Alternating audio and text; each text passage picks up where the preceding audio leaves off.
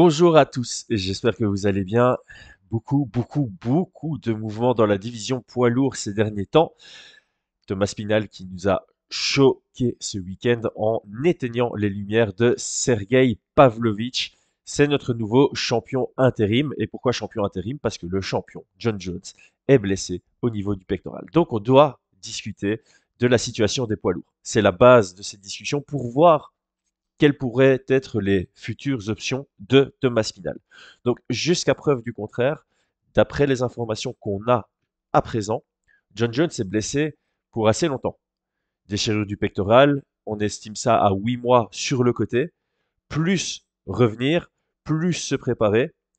A priori, on ne le voit pas avant fin 2024. Cette vidéo va évidemment se baser sur cette spéculation-là. Si maintenant on apprend du jour au lendemain que John Jones peut revenir en avril, bah forcément le prochain combat de Thomas Spinal c'est contre John Jones. Sauf que, sauf que, on ne sait pas ce qu'il en est de Stipe Miocic. Stipe Miocic et John Jones étaient supposés combattre à l'UFC 295 ce week-end, l'un contre l'autre. Quand John Jones s'est blessé, l'UFC n'a même pas proposé à Stipe Miocic parce qu'il considérait que c'était un manque de respect de lui proposer de combattre pour une ceinture intérim. Et c'est pour ça qu'on a eu Thomas Spinal contre Sergei Pavlovich. Donc, qu'est-ce qu'on fait de Stipe Miocic? Ça, c'est la deuxième question de ce podcast. Stipe Miocic, est-ce qu'il revient et il combat contre Thomas Spinal? C'est une possibilité, mais d'après les informations qu'on a, ça ne l'intéresse pas. Le seul combat qui intéresse Stipe Miocic, c'est John Jones. Alors que fait l'UFC? Il y a un champion intérim. Normalement, quand il y a un champion intérim, lorsque le champion revient, il y a une unification immédiate des titres. Est-ce que l'UFC ferait John Jones contre Stipe Miocic en fin 2024 alors qu'on a un champion intérim? C'est encore une nouvelle question. C'est difficile à savoir. Donc, moi, personnellement, je suis un méga fan de Stipe Miocic. Vraiment, c'est un des combattants qui m'a donné le plus de sensations. C'est un des combattants, émotion, pas sensation. C'est un des combattants que je supporte le plus depuis le plus longtemps. Mais là, il a 41 ans. Si John Jones revient fin 2024, il aura 42 ans. Il n'a plus combattu depuis mars 2021. C'était sa défaite par KO contre Francis Ngannou. Donc on a remonté à encore plus loin pour revoir une dernière victoire, celle contre Daniel Cormier. Ce combat ne m'intéresse plus. Il m'aurait intéressé le week-end qui vient d'arriver, mais là tu rajoutes un an pas d'inactivité du côté de Stipe Miocic, mais vous voyez ce que je veux dire, il s'entraîne, il combat plus, ça fera plus de 3 ans qu'il aura plus combattu à cet âge-là. Moi, ce combat-là, honnêtement, je le mets de côté. Je vais me concentrer sur la suite des poids lourds. En plus, la division devient super intéressante. Donc, partons du principe que John Jones revient fin 2024. Partons du principe qu'on ne sait pas ce qui se passe avec Stipe Miocic et que l'unification des titres pourrait se faire en 2025. Ça commence à faire long. À la place de Thomas Spinal, aujourd'hui, il est face à un choix. Soit il attend, il s'assoit sur sa position de champion intérim et il attend de pouvoir faire l'unification des titres, ce qui met la division en pause. Et ça, j'aime pas. J'aime pas parce que, comme je viens de le dire, il y a plein de nouveaux contenders intéressants. Il y a Jelton Almeida qui est en train de monter, il y a Curtis Blades qui est toujours dans les parages, il y a Alexander Volkov sur 3 victoires d'affilée, il y a évidemment Cyril Gane, il y a Sergei Pavlovich qui vient de perdre mais qui va rester dans le top de la division. C'est une division intéressante qu'on doit garder active. Et quand je dis garder active, c'est pas juste organiser des combats, c'est organiser des combats avec le title shot potentiellement à la clé, au moins une fois par an, idéalement 2 fois par an. Donc là, on doit attendre potentiellement plus de 1 an avant de voir un retour de John Jones. On a un champion intérimaire, on peut pas, selon moi, on peut pas avoir à la fois un champion longtemps sur le côté et un intérim qui s'assoit sur sa ceinture. Pour moi, Thomas Spinal va devoir défendre. Alors j'ai aucun mal, au vu de la situation d'un Thomas Spinal qui n'était pas à 100%, qui accepte un combat à 2 semaines pour le titre, j'ai aucun mal à ce qu'il attende 6 mois. Vraiment, j'ai aucun mal à ce qu'ils se disent, ouais, ok, bon, là je prends une pause, j'ai été blessé, je suis revenu de blessure en juillet, j'ai gagné de manière expéditive, j'ai accepté un short notice, j'ai gagné de manière expéditive, je vais un peu me poser. J'ai aucun mal à ce que Thomas Spinal dise retour juin, retour juillet. Vraiment. Donc, quelle serait la suite? Ça, c'est intéressant. On va regarder qui fait sens. Sergei Pavlovich, il est out. On vient de parler, on élimine Stipe et John Jones de la discussion. Même si Stipe, s'il envoie un message à Dana White en disant je suis chaud pour Thomas Spinal, à mon avis, c'est lui qui prend le title shot. Mais c'est extra sportif, ça on va dire. Curtis Blades est blessé et il sort d'une défaite contre Pavlovich.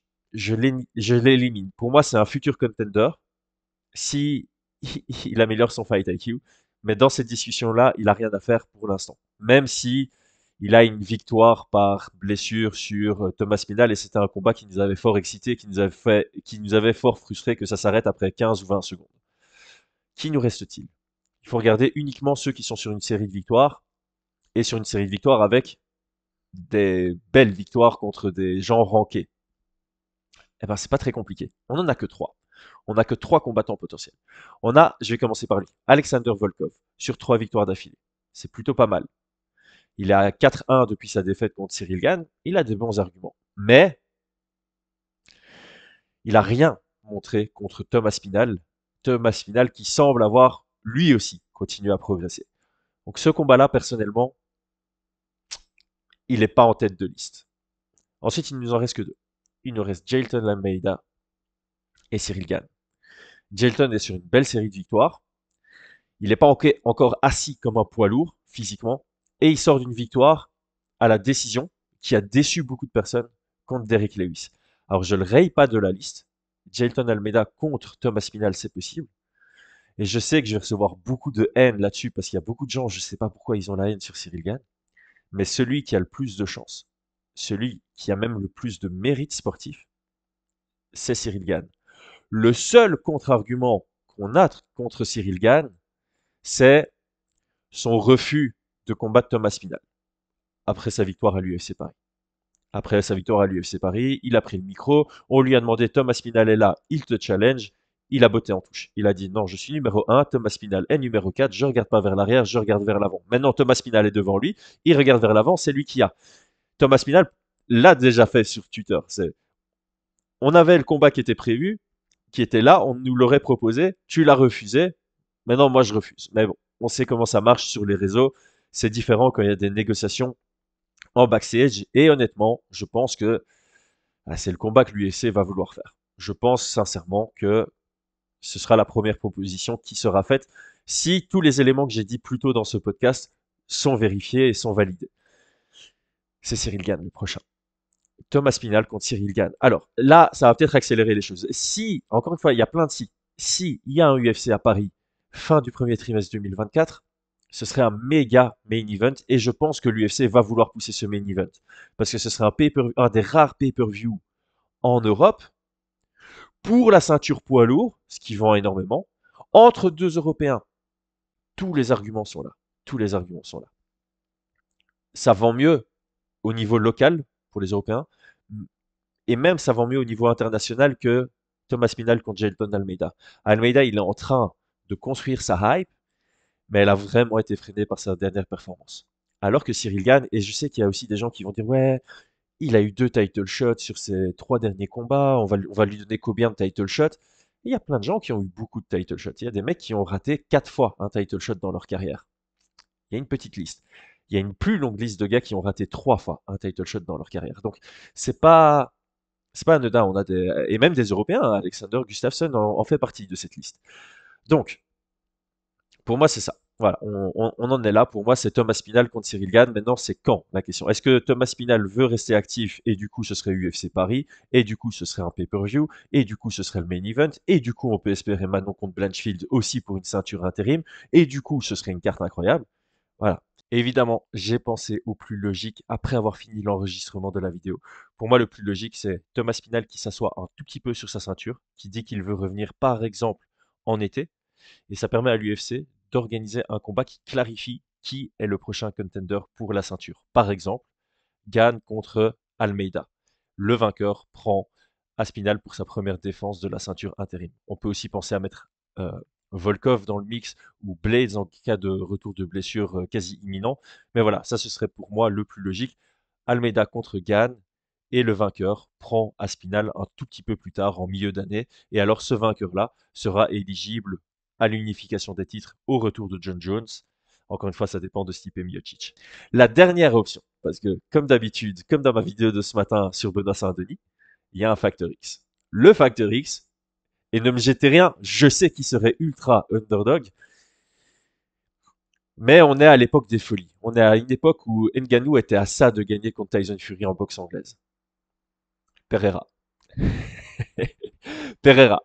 Pereira qui monte et qui essaye d'être le premier à avoir eu une ceinture UFC dans 3 catégories de poids différentes. Pereira, on sait, c'est un énorme light heavyweight. C'était un énorme middleweight. On comprend même pas comment il a réussi à descendre en middleweight. Il vient de gagner la ceinture en light heavyweight. En light heavyweight, il n'y a pas de challenger. On fait quoi? Un rematch contre Jiri Prochaska, qui vient de se faire mettre KO et qui doit donc avoir une suspension médicale. On attend Jamal Hill qui est encore potentiellement blessé pendant longtemps. Ankalev qui vient d'avoir un no contest de sa faute et que Dana White ne veut pas pousser. Johnny Walker qui lui aussi était dans ce no contest. Le vainqueur entre Blachowicz qui vient de perdre contre Alex Pereira qui combat un rematch que personne ne veut voir contre Rakic. Il n'y a rien. C'est désertique en light heavyweight. Donc pourquoi pas? Ça c'est mon facteur X. Probabilité faible. On sait que Pereira serait ultra underdog contre Thomas Spinal. Mais ça vendrait. Ça vendrait. D'un point de vue marketing, pourquoi pas. Donc voilà, on voit. Moi, personnellement, mon numéro un, c'est Cyril Gane contre Thomas Spinal. Et je sais que dans les commentaires, ça va pleuvoir parce qu'il y a une haine. Mais c'est la réalité, les gars. C'est ce qui fait le plus de sens sportivement, d'un point de vue marketing, etc., etc. Le seul argument, il est extra sportif. C'est vraiment ce refus dans la cage. Mais pour moi, ça pèse plus tant que ça dans la balance aujourd'hui. Je sais que j'ai fait des podcasts avant le combat ici, ça pesait dans la balance avant le combat, mais vu ce qui s'est passé et vu le combat un peu décevant de Jailton Almeida, ça repenche du côté de Cyril. Si Jailton Almeida avait finalisé Derrick Lewis sur la première ou deuxième reprise, je pense que là, il aurait potentiellement coupé l'herbe sous le pied à Cyril Gane. Mais là, Jailton, il a été mis 7e au classement des poids lourds. Donc, il est moins en lice. C'est aussi la réalité. Dites-moi ce que vous pensez. Abonnez-vous et à très bientôt sur Fight.